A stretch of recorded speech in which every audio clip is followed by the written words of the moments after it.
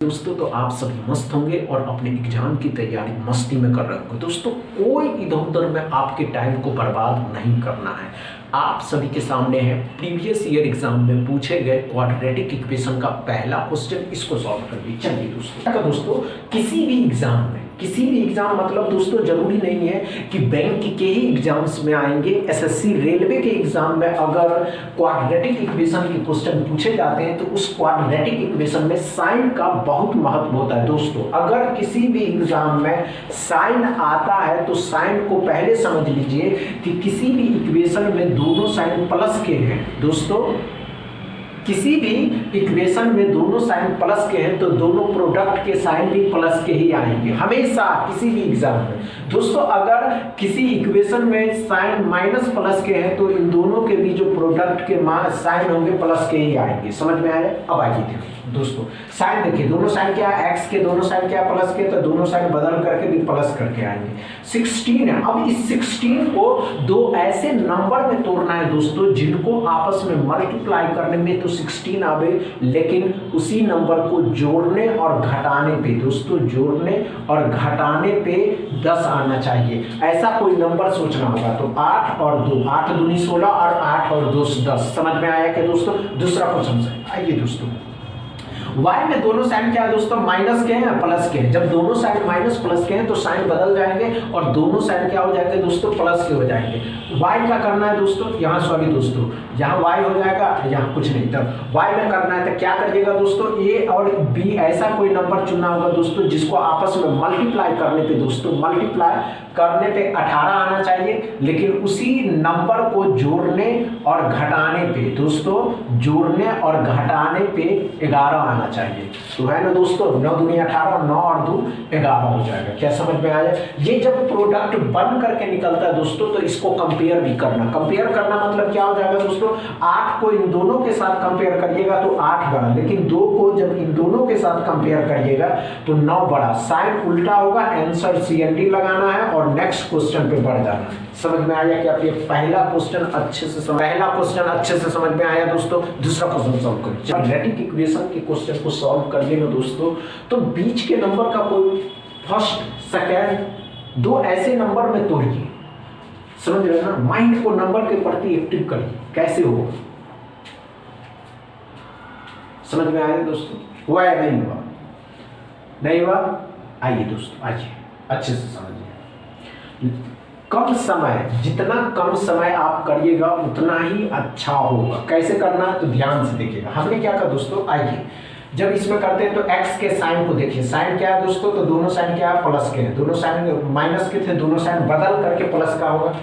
कितना हो जाएगा दोस्तों, 6 और 6 को गुना करते हैं तो 36। इसका फिर से बताते हैं दोस्तों, लास्ट वाले नंबर में ये कह रहा है दोस्तों कि दो ऐसे नंबर में तोड़ना होता है, दो ऐसे नंबर में तोड़ना होता है दोस्तों जिनको आपस में मल्टीप्लाई करने पे 36 आना चाहिए, लेकिन जोड़ने और घटाने पे 12 आना चाहिए। तो है ना दोस्तों, 6 और 6 36, 6 और 6 12 हो जाएगा। 6 और 6 36, 6 और 6 12। y बराबर क्या करा दोस्तों, 39 है। अब 39 में पहले साइन देखिएगा, दोनों साइन माइनस प्लस के हैं तो दोनों साइन बदल करके प्लस के हो जाएंगे।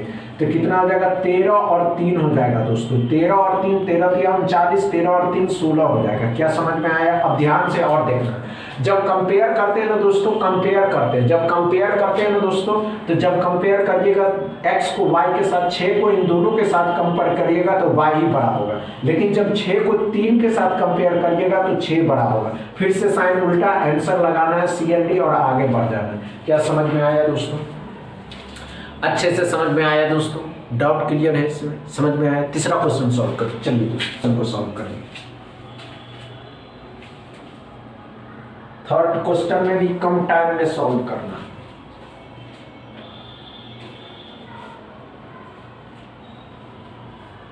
ध्यान से, हुआ क्या? नहीं हुआ?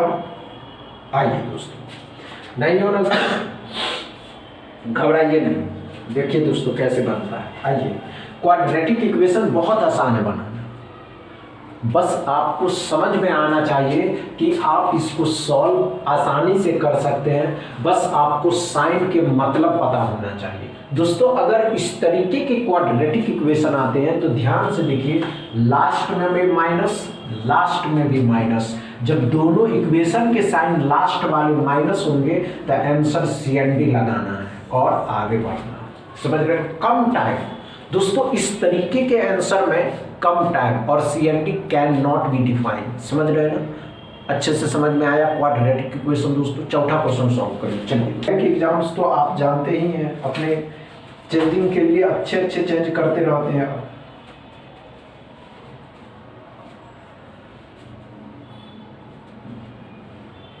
हुआ क्या?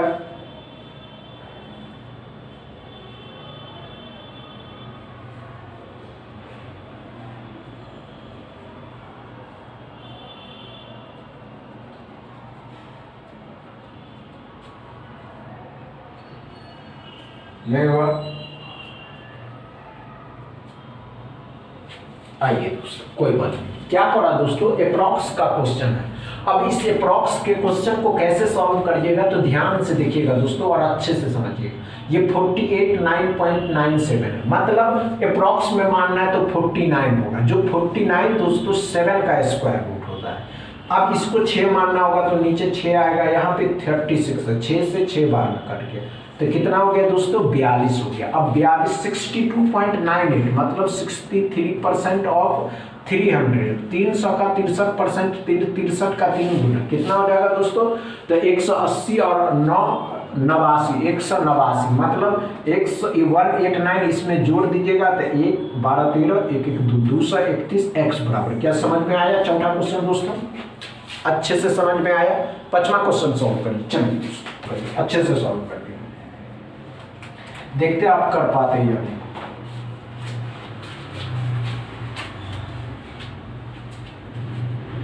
चलिए दोस्तों,